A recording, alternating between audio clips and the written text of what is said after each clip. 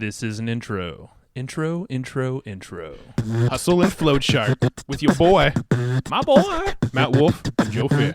Hey. What's up, everyone? Welcome back to the Hustle and Flowchart podcast. We're back. We're back. I'm feeling healthier after this interview. How about you? I'm feeling way hungrier. Well, that too. But I'm feeling healthier. Yeah. Well, good for you. Mm-hmm. Why? It's because we have JJ Virgin on the show with us today. I wasn't connecting that. Now I get it. Seriously? No, I'm playing dumb for the audience. He's like, who did But I am really hungry. That wasn't a lie. Yes, that's accurate for both of us. That's what we'll be doing right after we record this intro. Yeah. So today we are talking to JJ Virgin, and I don't even know where to start with JJ's accolades because she's just done so much. You know, she's a celebrity nutrition expert. She was on Dr. Phil for a couple years. Mm-hmm. She's been featured on Dr. Oz. She's been on Rachel Ray, Access Hollywood, The Today Show. I mean, the list goes on and on. She's a New York Times bestselling author. She was 26 weeks on the best time on the bestseller list. Yeah, she corrected us on it because we had it as 24 weeks in our notes, and she went, actually, it's 26 weeks. So even more impressive than we thought going in. That's her book, The Virgin Diet. Yeah. Yeah. And so crazy. And her story, like she's literally like one of the pioneers or is a pioneer in the fitness industry. And she'll tell you kind of this story arc here and how marketing has been her big differentiator. Like it got her out of the pay that she had back in the day and totally sent her on this path that she could scale her businesses in so many different ways. And now she's helping a lot of doctors and fitness and health folks with their personal branding and all that fun stuff. Yeah, no, she's really diving into the health space specifically and working with people to get their marketing dialed in, to get better at generating leads, to get better at building personal brands. And, you know, in this episode, we talk a lot about the power of masterminds and paying for good coaches. And, you know, how does she manage to juggle so many plates or, you know, keep so many plates spinning with all the various business things that she's doing? And how do you make sure your business is consistently scaling and growing? And so we cover a ton of ground. And I think this is a really great episode. I really loved JJ's personality. Mm-hmm. She's awesome. Yeah. I mean, I to be honest, I was not super familiar with her. I know you were more familiar with her before going on to this. I wasn't super familiar, but I was really, I really enjoyed our conversation, and I really like her personality and the way she tells stories, and fun episode. For sure. So she, and we also talk about 6-pound dogs, 15-pound iguanas, and thunderstorms. So you'll hear what those tie into later. Yeah, we'll just open all those loops those there. Are all little subtle loops. So good stuff all around. And we want to let you know actually about a tool. Yeah. And this is a tool that we use personally, and you've heard us talk about it. It's called Ahrefs. Mm-hmm. It's just, it literally is our go-to all-in-one like tool set for SEO. Mm-hmm. This is what we use for any of that content research, any kind of, we actually use their little keyword explorer for a lot of stuff to drum up ideas for our content. Yeah. And Matt was the first one that really dug into this stuff. That's why, like, our traffic course, we recommend it. Yeah. Well, my favorite thing about Ahrefs, here's what I do with Ahrefs. I love to get into Ahrefs about once per week. Just plug in my URL, the evergreenprofits.com URL, and it will tell me all of the keywords we're ranking for and where we're ranking for them and how much traffic volume they're getting. And then what I like to do is I like to sort it so that it only shows me keywords we're ranking on page 2 and 3 for that get over 1,000 searches per month. And then I know, cool, these like 7 keywords that are getting over 1,000 searches a month and we're on page 2 for, I bet I can get them on page 1, and I'll start going and optimizing for those keywords. Ooh, that's ninja. And that's what we call our little like low-hanging fruit SEO strategy, is just finding the stuff that you're so close to page 1, but you're not quite there yet, and really optimizing that stuff. And, you know, we've been using Ahrefs now for probably 2 years. And what's really cool is that they actually came to us to sponsor us on the show. Yeah. And this is literally and we said yes only because it's legitimately a tool that we use every single day and we recommend it. And I told them that as well. So it's like a perfect match. So we're like, you know what? Yes. And they actually gave us there's a 7-day trial you could do for $7. If you go to their blog at ahrefs.com, they have a YouTube channel, all these tutorials. There's a lot of stuff that we've learned from. And like, there's just a lot of different uses for this tool. So go check it out. There's a lot of free stuff you can just check out at ahrefs.com on the blog and YouTube Let me spell channel. it for him. It's yes. A ahrefs.com. So we're saying hrefs, but there's actually an A in the front that's kind of like a silent A. So it's ahrefs.com.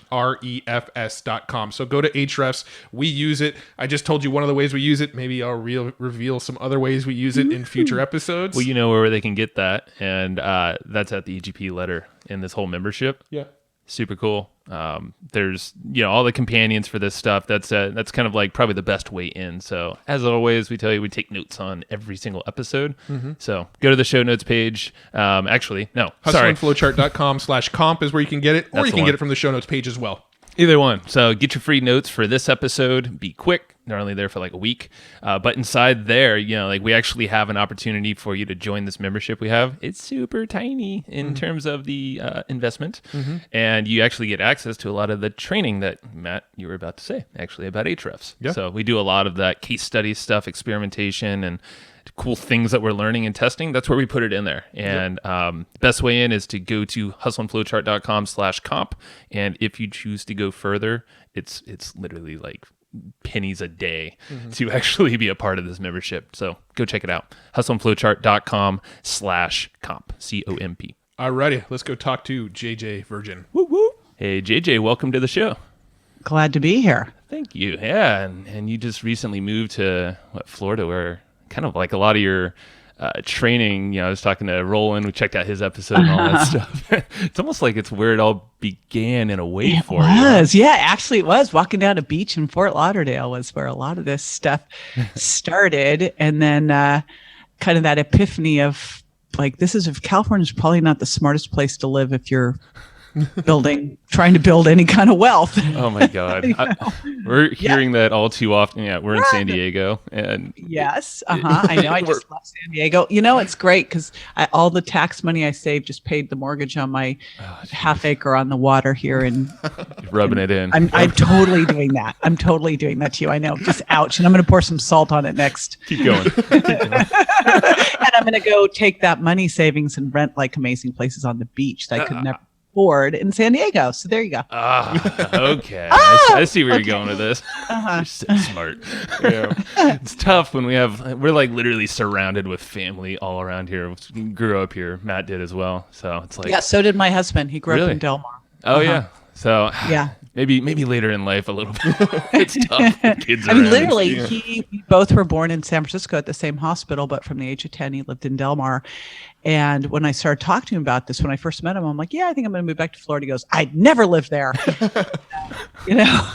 So what got him next? What was it? Probably just the taxes, huh? And all that. Just when we started to really look at finances. And then he came to visit, and Tampa is being built as the biggest wellness city in the country. It has the biggest walking street on the water, amazing food. And it's kind of the San Diego of Florida. Wow. We're excited, and you can bop over to the islands or go to Europe, like much easier to do, kind of explore new places. Because, when you live in San Diego, you go to Santa Barbara, you go to Hawaii, you go to the mountains. And like I've been there and done that and done it. So time for new things. We're actually going to Yosemite this weekend. You forgot that one. Oh, you said the mountains. So I guess I said the mountains. Yeah. Well, Florida, she just went to the most flat state ever. So last time I moved to Florida, I just bought this really expensive mountain bike. I was super excited about it. And then I moved to Florida and I'm like, well, that was silly. Yeah. Let's get that cruiser out, huh? Exactly. So yeah, you've always been just fun to listen to a lot of your videos. And back in the day, I don't know if you remember, I worked a lot with Mike Koenig's a long time ago. My brother. I know. You guys. He's going to move here too. His wife doesn't. Vivian's like in denial, but. Well, really? Joe's talking to Mike in a few hours, so you got to confirm. Oh, yeah. I got to pester him now. We've already got their guest room built. We're like, he's bringing the boat, and that's it. Good for him. He has to move that gnarly equipment that he has, though, all of his studio. He's like, that's all coming way down. You know how it used to be. He had that huge place, and we'd go do the live streams in his studio. Yep. Now it's like, I'm sitting literally, we rented a condo before we bought the house, and I'm in the corner of the bedroom, like with this little area, and that's what he's doing in his in one of his houses right now. If you saw his latest studio, it's in the corner of a room. I did. It's interesting because that's where he started. He started in his own garage with his whole studio and all that way back when. Well, he moved from the garage into the corner of a room. So he upgraded. Yeah. Do you prefer that? Like just kind of downscaling a bunch? I'm not really preferring being in the corner of the master bedroom. No, I mean, if you saw this, you'd go, it is so ghetto. I had to get like this fake window picture because so I didn't use the wall and prop it up on something. Yeah. So no, this new house, I've got like an entire studio area for me. So that will be much better. This is a little borderline lame. Yeah. I thought you were just going back to the roots. You know, just like, you know what? No, feeling humble. Just had to do something and couldn't really record. Although, you know, I just got like a 3-star rating on my podcast, and they're like, JJ should spend some coin and, you know, get better mics and have producers. I'm like, you know, you should really just see where I'm recording. I'm not recording like, you know, I've spent the coin, honey. Yeah. I was like, wow, that's so rude. If you really knew what I was doing and how much money we invested in this podcast, and I should spend some coin. Yeah. It's funny because Joe and I have a picture of the very first podcast we ever recorded. This is around 2010. And we stacked a bunch of mattresses on the top of each other so that our microphones would be at face level. And then we had one microphone that we both spoke into that sat in the center of these mattresses. And we both leaned in every time we spoke into a single microphone. Good. I had one in the closet at one of my houses because we were trying to get a nice soundproof room. So I was literally in the closet with all this stuff on the walls all around me, this tiny little closet, which was great until it got to be summer. That's warm, true. so I'd be in the closet in my underwear, sweating. And I'm like, this is... There's no vents in the closet. Yeah. No, we've definitely been there. Like, I think everybody goes through these phases, and it's super cool. Like, I love to hear this. And yeah, I mean, you have to. I mean, that's it. Here's the deal. Everyone looks at success and they see that one point in time and they think that that's like, you just wake up one morning and everything goes viral and you're a success and money just is like, you know, flowing in through some kind of great river. And they don't realize that, no, it's a massive grind. And just when you think everything's going perfectly and you've nailed it, it all blows up, all falls apart. You start back over again and you start grinding again. And that's the reality. Yeah. I mean, that's what we all signed up for as entrepreneurs in the first place. Yeah. It's not exciting if like things don't blow up. Right. You know? It's like those common graphs. Nothing's a straight line growth. It's a massive trough, big spike. You know, I hate myself. Oh my God. Oh, I'm great. I love life. You know? And how much you found that just when it's all like totally together and you're like, oh my gosh, you do something stupid to blow it up because it's, you get bored. You're right. You start stirring it up. That's a good point. Oh my God. All right. So I love where we're headed with things already. I want to give folks like the two people on this planet that don't know you a quick background. I know your story is just insane. You've like gone all over the place. Books, Dr. Phil, you know, one of the first aerobic instructors in way back when. I was laughing my butt off because they had me on the TNC like, she's speaking of traffic and conversion. She's an aerobics instructor. I'm like, oh my God. I called Roland and Ryan. I'm like, really, dudes? Yeah. Like, I brought my tights to TNC and we didn't even get to do aerobics. Darn it. Next year. I said, you know, like, I want to get introduced to Let's Get Physical. I'm wearing leg warmers. Like, game on if you're going to do this. You know? Oh my God. Next year, please make that happen. We'll show up. Yeah. So, I mean, I know I've referenced the whole Florida thing and it seems like the marketing was always in your mind, but there was like a catalyst back then, something that triggered to just set you off on this path that you went on and blow everybody else out of the water, essentially. You know, I was telling Roland on his podcast, we kind of agreed with this. It's like there's so many good things that come out of multi-level marketing, even though the minute you hear that, you feel like you need to take a shower. Yeah. But what happened was I was a personal trainer. In fact, it was me, Body by Jake, and Mark Sisson. Mm-hmm. Personal training in LA before there was really even a name for it. When I moved to Florida, I went to get a business license to start my personal training business there. And they literally like, you can't do that. Wow. Like I was going to be I don't know what they thought I was going to be, like a call girl or something. I'm like, no, it's not what you think. So I was personal training in Florida, graduate, and I think, I was in grad school there. Mm-hmm. And I had this client who was a Hawaiian blue diamond in Nu Skin. And what was super cool is she'd grown up literally in a trailer. Wow. Like she was from Kansas, high school graduate, grew up in a trailer. I'm walking down the beach with her and, you know, here I am in grad school. And she goes, so, you know, what are you going to do? Why are you going to grad school? And I go, because I want to be more successful. Mm-hmm. She goes, oh, Now, here's the funny thing. Like, the ironic thing is I'm sitting here talking to a person who's a high school graduate who made way more money and had a way bigger impact than I did. And I just didn't connect those dots, right? Because I so was entrenched in, if you want to be successful, you go to school. And especially in the health world where people collect certifications and degrees and you never have enough. And they're like mired in imposter syndrome. So then she goes, well, wow, okay. Well, what are you going to do when you graduate? I'm going to say, I'm going to doctoral school. She goes, why? And I go, because I want to be more successful.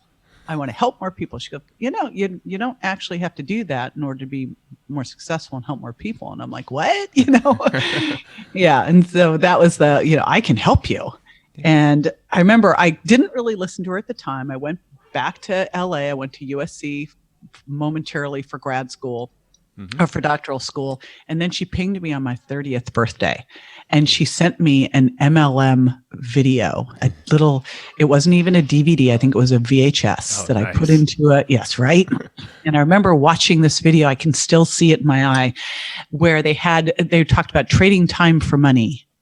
And I thought, oh my gosh, I got to stop doing that, and they talked about leverage and residual income.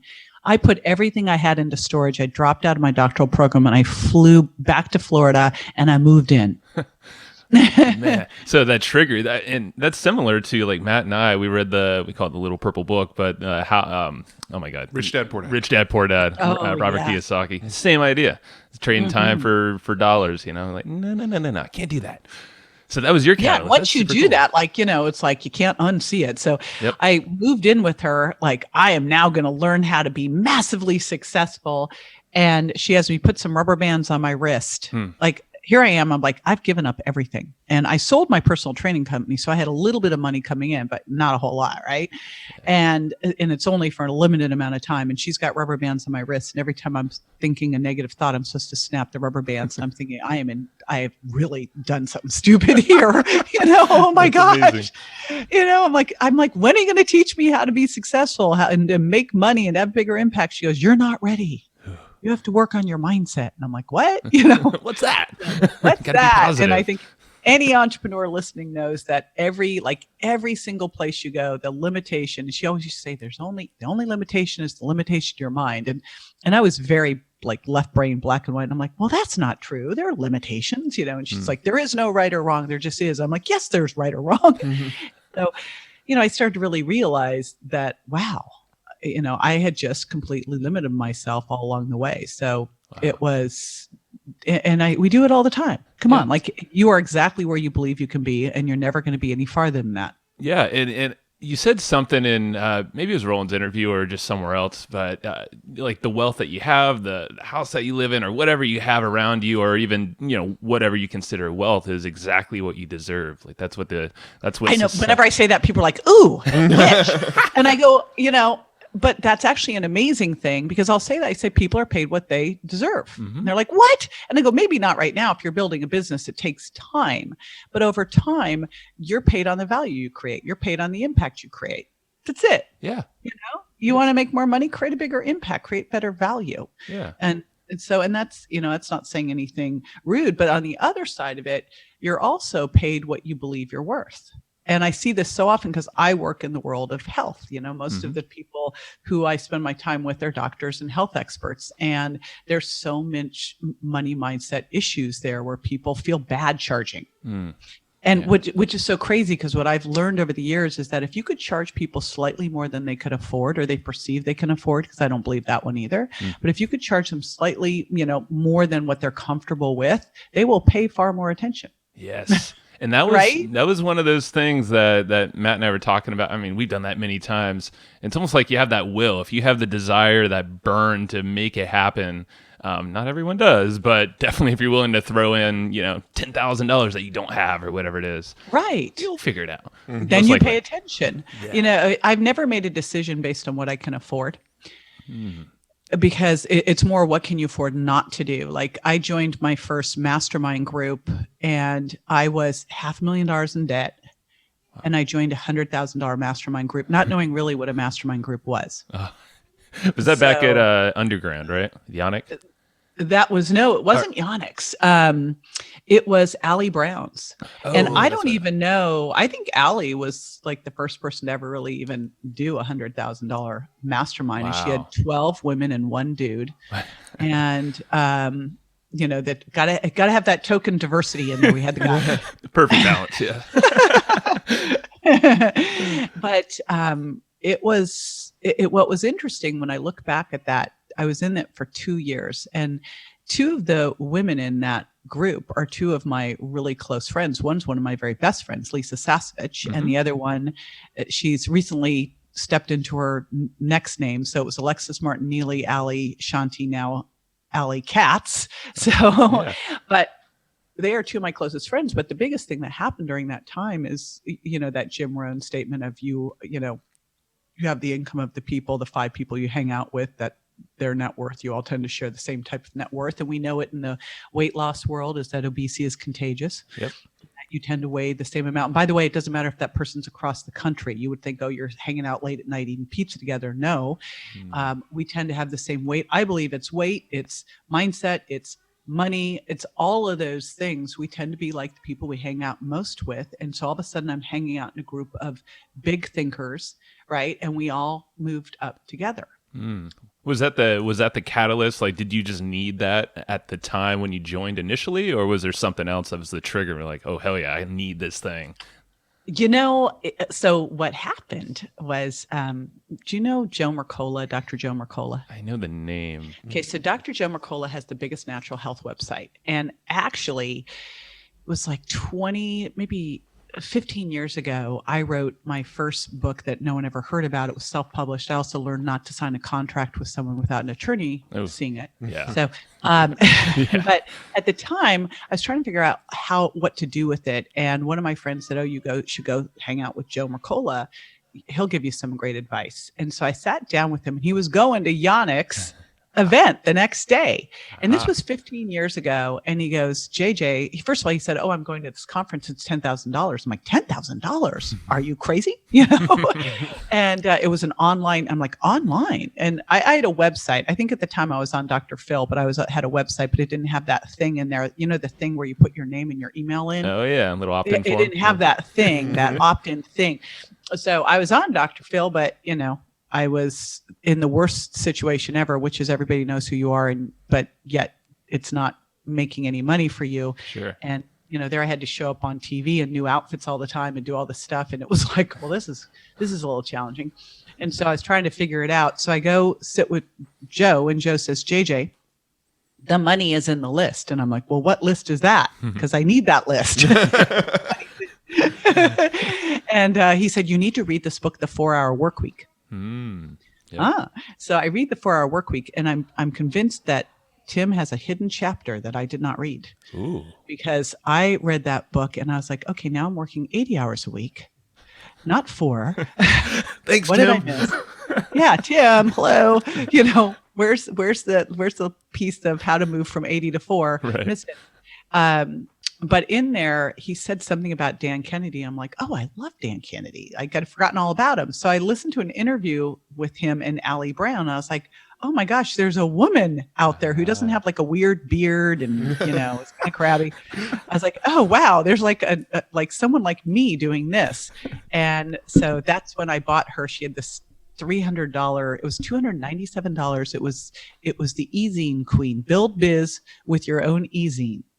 And I went and bought this thing, and it worked. And I thought, well, I need to, whatever else this woman's got, I got to go get that. And so I went to an event of hers, and it was $2,000. So I'm stepping up and brought a bunch of friends with me, and I'm sitting there, and she's talking about this mastermind, and Marie Forleo was there, and a bunch of other, it was Maury Smith was there. Wow. It was very funny, right? Yeah. I mean, and I'm thinking, oh, I need to be in that, obviously. And she had these 2 levels. One was diamond and one was platinum. And she's talking about how very few people could possibly be in diamond and blah, blah, blah. And I'm like looking at everyone around me going, well, I'm going to be in that. Now, I'd never heard of any of these things. So I'm thought, how much could it be? I got 10. I can come up with 10 grand. Yeah. Yeah. And then she's talking about, I'm like, oh, it's probably going to be 20. And then as she's talking about, I'm like, oh, maybe it's 25. Well, I'll figure it out. And then she says it's $100,000. I've already told everyone around me I'm joining that. Like, she's going to let me in. And I'm like, uh-oh. But you know what? I go in, I'm at this lunch, I meet all the people, and I'm thinking, I don't know, how the heck am I going to do this? I write a bad check. And by the way, anyone joining my mastermind, don't do this. Don't write the bad check. But she looked at me and she goes, I believe in you. You'll figure it out. And that first year of, because you see this, there's all this great free information on the web. It gives you just enough to be dangerous. It doesn't, it gets you started, but then you need to go deeper. And you have to commit, and you commit with your time and your money.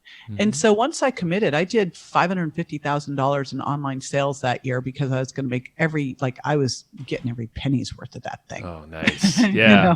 And how was that in relation to previous years? I know you kind of reinvented yourself, but I hadn't really been doing anything online. Like, I just gotten out of some other, I kind of had cleared the slate for another business that I was going to be doing, and that completely blew up the week of this. Like, I thought I had a $500,000 business deal that I was supposed to be doing with it. It came with an annual $500,000 salary and a car and private jet travel and all these cool things. And then I signed the check knowing that was there, and it blew up. And so I'd actually gotten rid of everything else I was doing. But prior to that, I was doing something for Michael King. He was trying to create the next heavyweight champ of the world. I was the nutritionist because I'd been the nutritionist for Razor Ruddock. And so I was doing that project, and I was doing another consulting gig. So I had money coming in from different places, but nothing online. Because again, I didn't have that thing on your website that people put their name. I missed that piece. So I was on TV, but and I had all this PR, but I didn't know what to do with it. So yeah, it's interesting. So what, now because I know you're so big into personal brand. I mean, you've had your own for so many years. You're helping doctors still with theirs. How did you transition? How did you leverage the most out of Dr. Phil in your time there? What was it, 2 years on the show? 2 years there. And what got me off of the show was I got on this ABC primetime pilot. It's a show that was in a lot of other countries called You Are What You Eat. And they were bringing it to the US, and there was a big, competition to be the star, and I got it. And all of a sudden I was like, wow, this I've made it.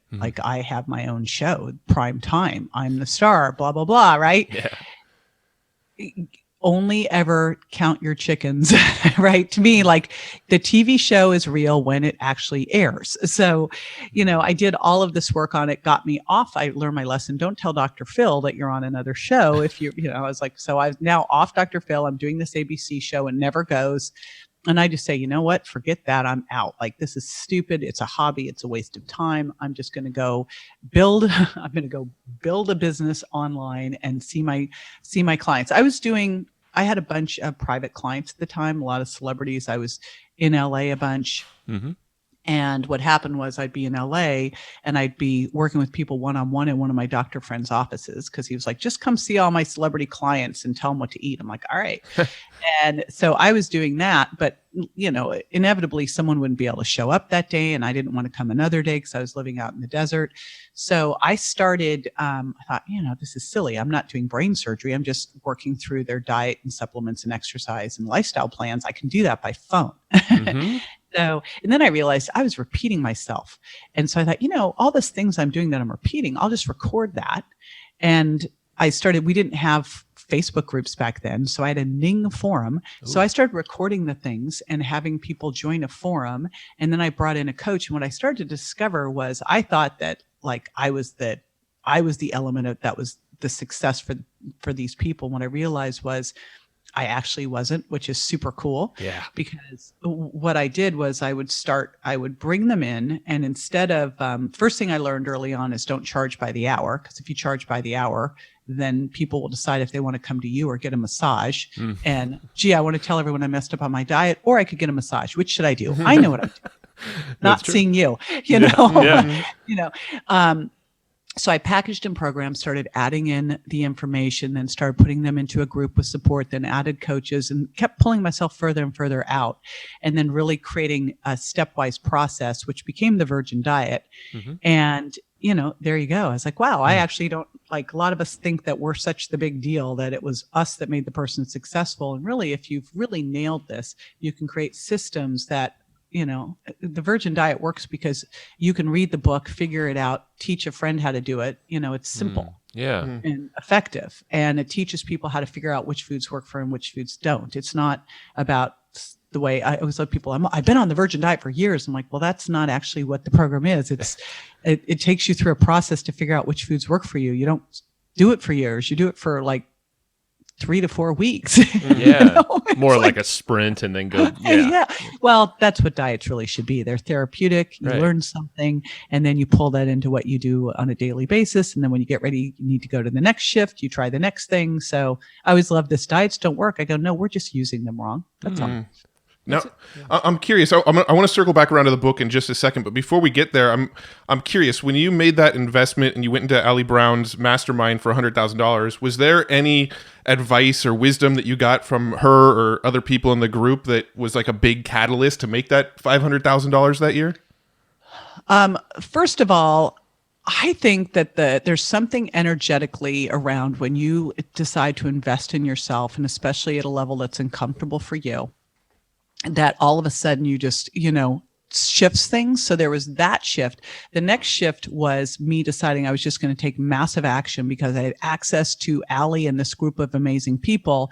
And hey, you can't course correct standing still. So I was just going to do as much as humanly possible during that time to get as much help as possible.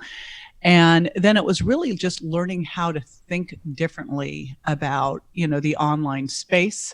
So she really helped me. She had a process back then. It was called the Online Success Blueprint Workshop or something like that. Anyway, so she had a very algorithmical way to approach online business. The challenge was, and where I've moved to now that I've created, was there was no real, I went, all right, what comes first? Is it the opt-in page? Is it the full website? Is it your webinar? Is it your, is it your course?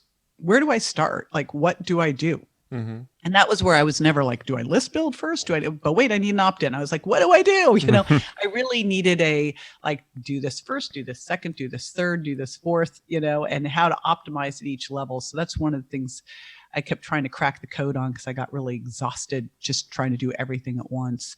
But I would say the biggest shift was being around people. I mean, it was so fantastic to finally find a group of like-minded people who were all getting outside of their comfort zone, willing to do things that, for the first time, testing things, sharing ideas, being supportive when stuff was blowing up, and then having Ali, who'd already gone where I wanted to go, and be able to say, what do you think about this? Should I do this? And she was really helping me do those initial brands. I mean, it's really I am such a big believer in coaches and mastermind groups because you shorten the learning curve. I mean, when you look at it, I spent $100,000. It was worth far more than that.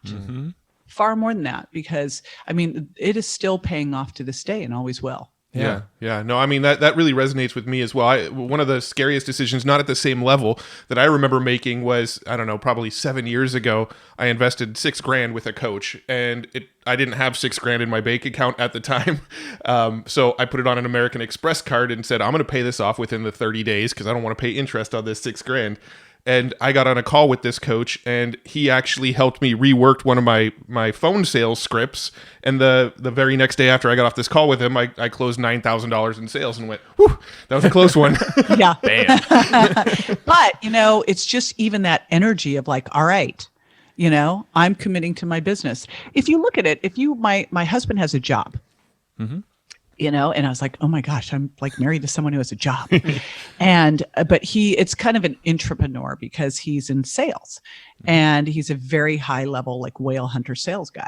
I always say he's a whale hunter and they go, he hunts whales? No, he hunts whales, the big ones. But, as a corporate guy, he gets so much cool training. I'm like super jealous. Like he goes in and he has these meetings. Like he has so many meetings with this corporation. They always have these awesome sales trainers coming in and mindset trainers and personal development people. And it's incredible. And so they do that in corporations. We are running our own corporations. Guess what? We have to invest in ourselves. Yeah. It pays off. I mean, like every time I've invested in something, it has paid. Not every single time. I've done some dumb ones, but for the most part, I was like going, hey, now the dog's gone wild here. Oh, you're good. All right. That's for the texture here. Fierce. Fierce dogs. But yeah, you're right. I mean, you just gotta, if you believe in yourself, you gotta get that mindset straight first. But yeah, if surrounding with people and even just partnering, we partnered with very high level folks, and even if, we kind of say to ourselves, even if we don't make a cent from this relationship, just the perspective changes that we're receiving, the different exactly. And that's why you've got to look at it differently than like, did I make $1 from this? What if you being around that person, like let's take Roland, for example, who I think is one of the nicest human beings and most brilliant human beings on the planet. We're talking about Roland Frazier and his awesome Business Lunch podcast. And he's actually the one I was referencing too. Yeah, he's got great wine. I mean, he's just an all-around great human. Yeah. And, when you get to be lucky enough to spend any amount of time in his presence, you always come out of that with a bigger vision. Mm-hmm. You always do. Like you can't help it. Right. That was literally the person in mind. We had a 2-hour meeting with them last week, and we were just hashing out so many things in the podcasting space that we're all interested in, and we were just walking away. Matt and I were like, "Wow, yeah. That's a perspective." Thank you, universe. I must have done 100%. And one more shout out to Roland, since we're like loving up Roland, is he's also, and you find that with people, is one of the things my mentor said early on was remember your beginnings. And Joe Polish always says it's like be nice on the way up. It's those people that you'll meet on the way down. And I watch people as they get successful, and you see those people who become creepy. That all of a sudden they forget where they came from. They don't go help other people. They don't take that arm and lift people up. But Roland is the exact opposite. And so he's someone who he's got amazing relationship capital, but he like takes time. Like he sat down with Carl, my partner and CEO of Mindshare, sat down with us to talk about our vision and where we wanted to go. I mean, like, and spent all this time with us. He's just kind. Yeah. Like he didn't that, you know what I mean? We're like, minnows to his whale, right? Well, I'm happy you're saying you can relate to this. Yeah. Oh yeah. Yeah, but you're right. It's and we're always out for that perspective change because, like you said, that lasts. Like that's not going away anytime soon. So you can apply that anywhere in life, and it's so cool. Back to I want to touch on that personal brand stuff we started talking about. So like transitioning from Dr. Phil into your own thing and all that stuff. You've obviously the name of your company is JJ Virgin. I know, it's changing. I heard. Yeah, that's really cool. Yeah. So what's what are some of the most difficult things you've had to deal with your personal brand? Because I know that's a big focus of yours now. You have the podcast as well. Richard Branson. Yeah. What about it? Well, go on, please. Richard. So, it turns out when I went to trademark Virgin Diet. And by the way, I had to fight for that name. They did not. The publisher's like, "Oh, we don't want to call it that." I'm like, "It's my name." Yeah. And then I was amazed at how many knockoff Virgin Diet books there were. And I'm like, "How are you explaining why you named it the Virgin Diet?" Like, really? Like, come on. It was like Working Girl all over again. But when I went to trademark it, I couldn't. I got shut down by the Richard Branson team. So that was a bit of a bummer. But I'd say the biggest challenge with, I think that the smartest thing you can ever do is build a personal brand. Now, that does not mean that your company or your products or your programs or anything else are going to be that. name, but that means that you build a name for yourself. And that's why I told you offline, I was obsessed with this guy, Scott McCain, who has this book, Iconic. And I liken it to kind of the world I work in, which is doctors and health experts, where, kind of the first thing they start to do is work one-on-one with people. And then all of a sudden they get to the next level where they start to really identify who they want to serve and how they want to do that and what their niche is really going to be. And then they take it to the next level where they develop that distinction of, okay, what is it that really like breaks my heart or pisses me off? And what is it that I do in that niche that's so different than anybody else? For me, my niche was weight loss. And what I did differently was I actually applied a food elimination diet to it to help you figure out which foods could be causing you to gain weight and which foods will help you lose weight. Then you take that concept when you've really got it and you have the social proof. People like to create this thing and then take it out to the world. I say, no, create it with the world. First work one-on-one, then to start work with the group. Then as people start to grab it, then you're scaling it up. And then you move into the next thing. And that's really where you start to diversify. And this is where a personal brand is so cool. And you can become iconic, where I can do, hey, I talk about food elimination and weight loss. I talk about mindset and personal development. I have, I work B2B and help doctors build their businesses. I also have a 7, 8, and 9 figure club with another girlfriend, Cynthia Garcia, called the Unicorn Club, where I bring women together who feel isolated because the 7, 8, and 9 figure women business owners are truly unicorns. Yeah, definitely. And it's where we can get together and just kind of be and hang out and, get IVs and do masks and share business ideas. So, but I can do that. Like that's the process, right? Where you can go from just, maybe you're a consultant working one-on-one, and then you find your area that you want to focus on and who you want to serve. And then you really figure out what you do around there that's so different than anybody else. Then you start to scale that sucker. And then you go, wow, okay, I've created a name for myself. Now, where do I want to go from here? Because people will start to look beyond you as that name. Like example, Dr. Oz or Oprah or Dr. Phil, they can move into different areas because now they're, people know, I don't know if they know, like, and trust Dr. Phil, do they? I don't know. I was but Oprah and Dr. Oz, they do. Yeah, definitely. And I think Dr. Phil, I know when I was on his show, I get left in the audience. People were like, oh my gosh, I love him. I'm like, oh. So, but you get to that point where you can really start to do different things. I mean, when I launched Mindshare, with a couple people in a room, because Jeff Walker told me I had to, in order to 10x my business, I needed partners. I'm like, where are these partners? I will get them together. But at first it was just known as, JJ's thing. And I had no name, which is an important thing. We finally figured out the brand name for JJ Virgin, the consumer brand. And it's, I was like going $50 million and a lot of programs and sales later. So, I think people get so caught up in what to name something and what's the logo going to look like. And literally I went, well, we don't have a logo. We'll just slap my face and name up there. Cause I'm not going to wait to figure it out. You're not going anywhere anytime soon. So might as well. People need help now, know? So, but for the longest time, my Mindshare community was we didn't have a name for the event. It literally was JJ's event. And then I thought we really should have a name. Like we had no name, no website, no nothing. We should probably get a name. Wow.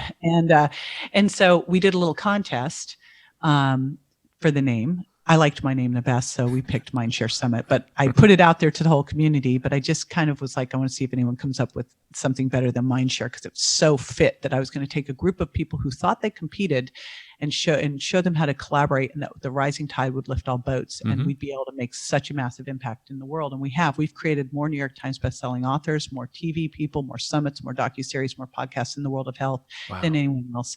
And what's cool about that is that, my goal now is how do you help 1 billion people get healthy? And I think we're probably at 50 to 100 million already through that organization, and it's just really picking up steam. How cool is that? Isn't that cool? That is so cool. No, it is really cool. Now, I'm curious, how do you keep all these plates spinning? It sounds like there's a lot in the mix and there's a lot of kind of things that would divide your focus.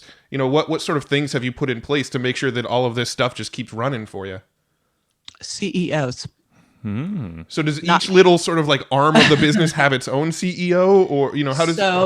Yeah. So what happened was JJ Virgin and Associates, which the brand now is Reignite Wellness. It has its own CEO, and then it's licensed to a bigger company. The product line is licensed to a bigger company, Designs for Health, and they really help on the ops side and all of the stuff you have to do on the product side. But the CEO is kind of manages everything, and then we have all the people that, all I really do over there is the stuff that no one but me can do, which is, the interviews and the speaking and the media, and then the initial creation of some of the different programs. Like I have one more diet book in my head that has to come out. So that's that piece. And then Mindshare, same thing. I've got a CEO who's amazing, Carl Krimenacher over there. So that's building. On Unicorn Club, we have an executive director. And so that's what I do is I always make sure, like, I am not good at that stuff. I get really good reports of everything so that I can look at all the numbers. I can track my social media and the engagement and the mailings and my shopping carts. I can track all these things, but I really like to spend my time out at events, networking, speaking, creating programs, coaching, training, and support. The rest of the stuff, I have no business. Like you would never want me to touch Infusionsoft, Shopify. Like, love it. You don't want me, and you certainly don't want me. Where I can say things really well, but the big secret behind all my books is that I don't write them. I speak everything. Yeah. Like if I had to sit down and write copy, we would all be sad. Like I'd be like my whole business would be very lonely. So I think the biggest takeaway for all these things is find it. And I got this from Dan Sullivan from being a strategic coach. Find your unique ability, and your goal over time is to just try to get the lower level tasks, and then the lower level tasks. It's like take everything off your plate you possibly can and just spend your time doing the stuff you're best at. Gotcha. Now these CEOs, are you like an employee of these CEOs? Do they kind of tell you where to be and what to be doing, or are you kind of their boss? So I think this is more probably a feminine way that we're very tribal. And for us, it's always kind of uncomfortable to think of someone as the boss and you all work for me. So we all tend to think of ourselves more as a team and what are our different roles and duties. And they'll tell me just as much what I need to do as we'll talk to them about what I want them to do too. So it's more of you sit down and you create your vision. I look at it and I go, we have vision, we have strategies, and we have tactics. So the first thing is to really think of that high level vision, the big like end goal, right? And then go to your 3 to 5 year plan, your 1 year plan, and then take it down to the strategies and tactics you need to do, and then divide and conquer what needs to happen with those. So in JJ Virgin, I'll get okay, we need you to do these videos. We need you to do this Facebook Live. And then I'm always listening. I'm like podcast obsessed. And I'm always like, how do we upgrade the experience? How do we serve people better? But I try to not get in there and just become a pain in the butt. Like we've got a plan, we've got a year-long plan. And I earlier in my career, before I got some of this maturity, it was like, I've got an idea. And, you run in and like, everyone's like, I realized this from Dan Sullivan. He goes, do not brainstorm with your team. Do not walk in there with your, I've got an idea, and vomit all over them and then leave them, because they all think that you actually wanted to do that. And then they drop everything they were working on, and then you just created chaos. So stop it. I'm like, okay. Yeah. Actually, I could see us. We've done that definitely before. every entrepreneur listening is like, seriously, We've done that before. We do that actively to this day. It's like that whole I've got an idea. Write it. Oh my God, it's like Shannon, our ops manager, because we try to have her be our boss more or less, because it's like just like keep you in line. Well, I mean, Dan Sullivan, strategic coach, has a great training for a team to teach them how to deal with entrepreneurs. And so, I mean, when I started to hear that, I'm like, we're problematic. So, they create, like right now, the JJ Virgin team, in both businesses, we're putting membership sites in. And we did for Mindshare, we sat down with Stu McLaren, who is just amazing and Stu's incredible. A great guy. Yeah. And he's such a great guy. Like he's just such an awesome human. So we sit down with him, and my other team sat down with, I can't remember the guy's name because I wasn't there, but it was someone Nick Kuzmich did an event with, and Spring went to that one. And then of course I wanted to like pee all over the one they were doing and do this and do that. And Spring's my CEO is looking at me, and I'm like, all right, I'll get over here. I'll move over here. I'm just going to share with you these ideas, whatever you want to incorporate. I'm like, will not do this to you because that's like kill me. So yeah, that's really cool. I love all this. With unique abilities, I know that's like a big thing because like Matt and I, we've done all sorts of different assessments and stuff like that over the years. We get to know each other we have a huge history. How do you suggest like the doctors you're working with, all the different clients, how do they discover their unique thing? Like, or how do you consult them on doing that? It's so actually easy. Okay, I have to tell you something very funny if this was a video.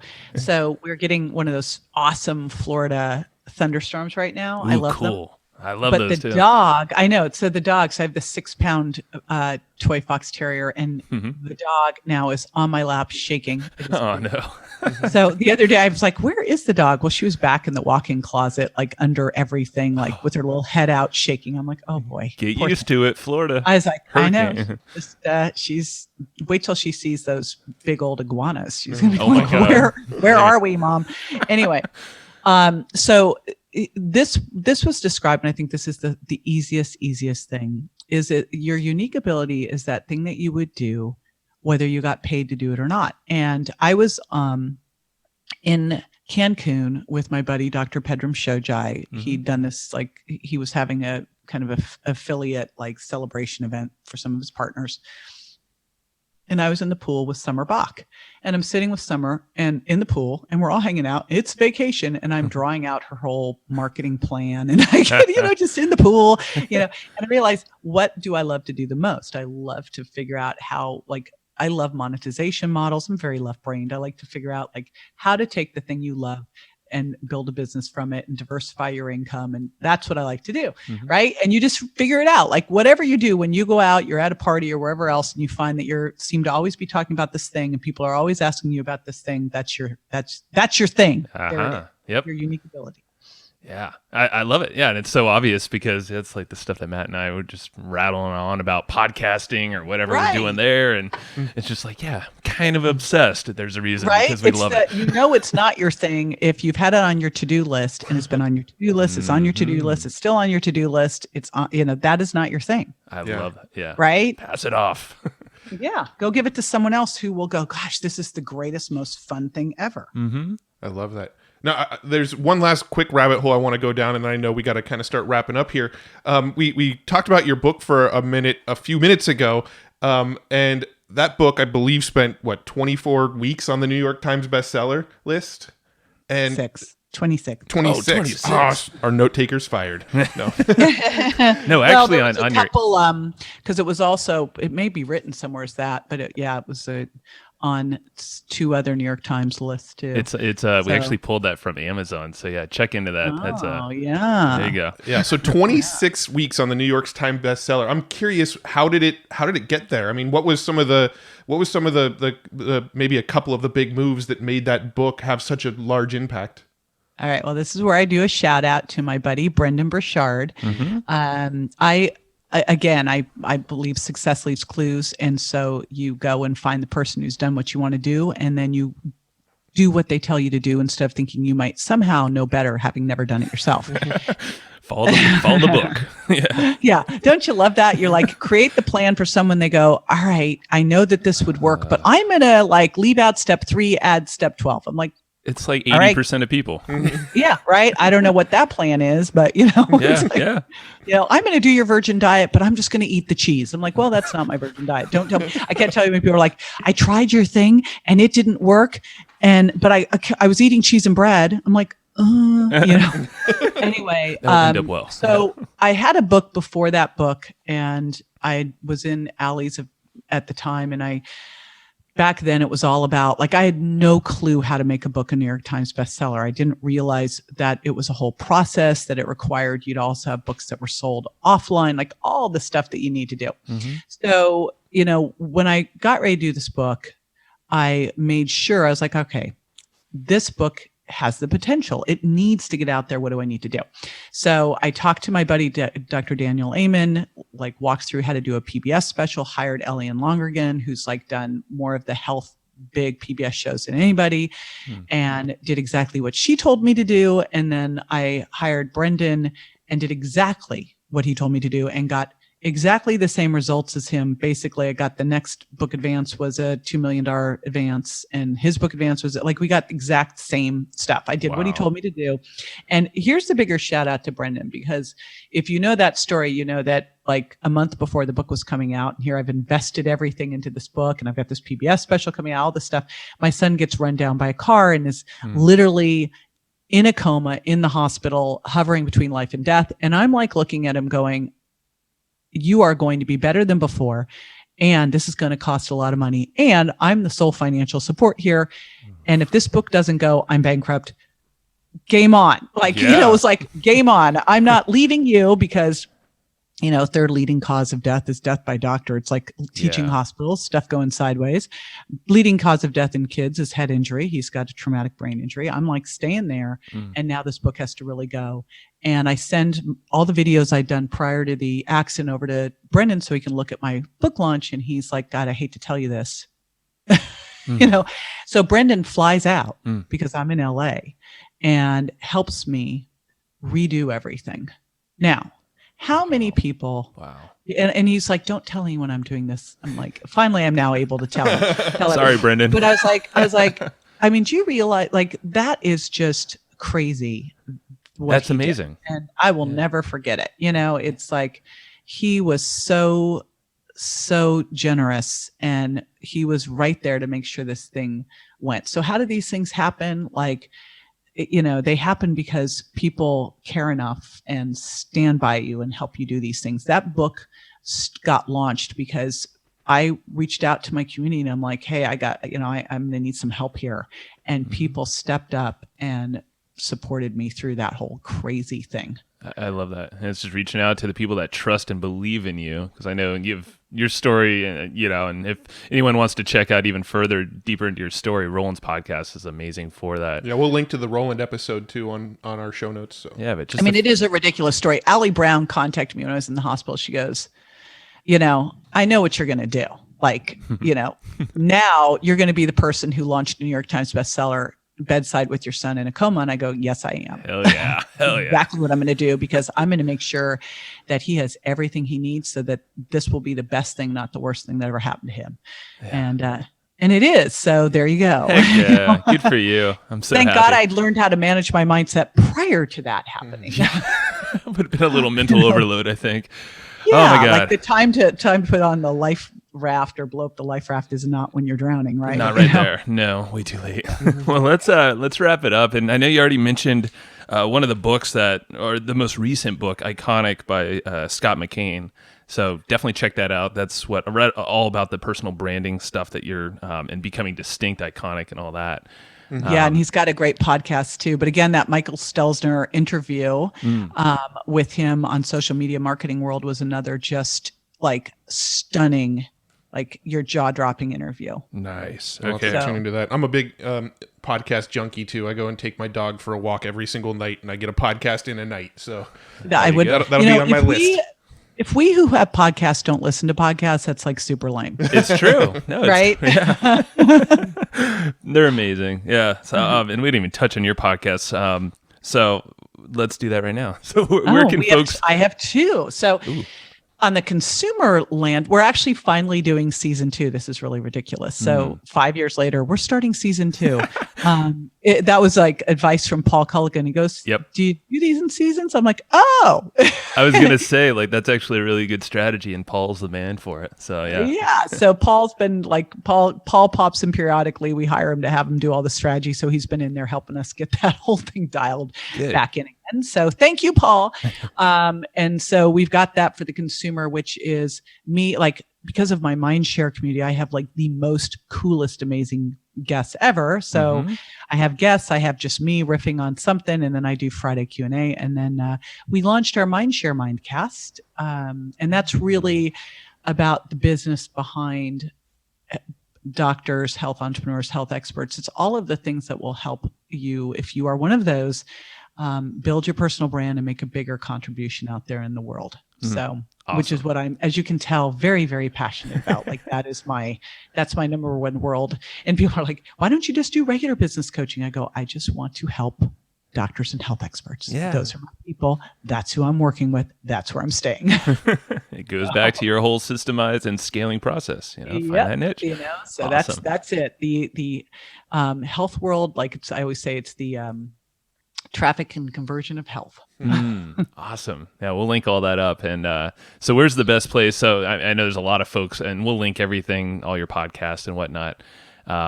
But the main website, any social media stuff that people want to check out? Oh my goodness. So jjvirgin.com, mindsharecollaborative.com, and then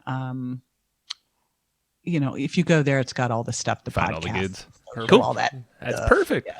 JJ, this is amazing, and thank you so much for your time. This is super cool. Thank you guys. Yeah. Appreciate it. Well, all right. Well, have a good one, and good luck with the thunderstorms and iguanas. See ya. Bye. Thanks, everybody, for listening to this episode of the Hustle and Flowchart podcast. Before taking the time to listen, we want to give you something a little bit special. Every single episode that we do, we actually have somebody on our team take notes. We basically have a Cliff's Notes version of every episode where you can go and find all of the tips and tactics that they laid out, all of the resources that they laid out, all the good stuff from this episode. We actually have a nice simple notes version that you can find on our website. So go to evergreenprofits.com, find this episode that you just listened to, and give us your email address and we'll send you the notes. Thanks for listening.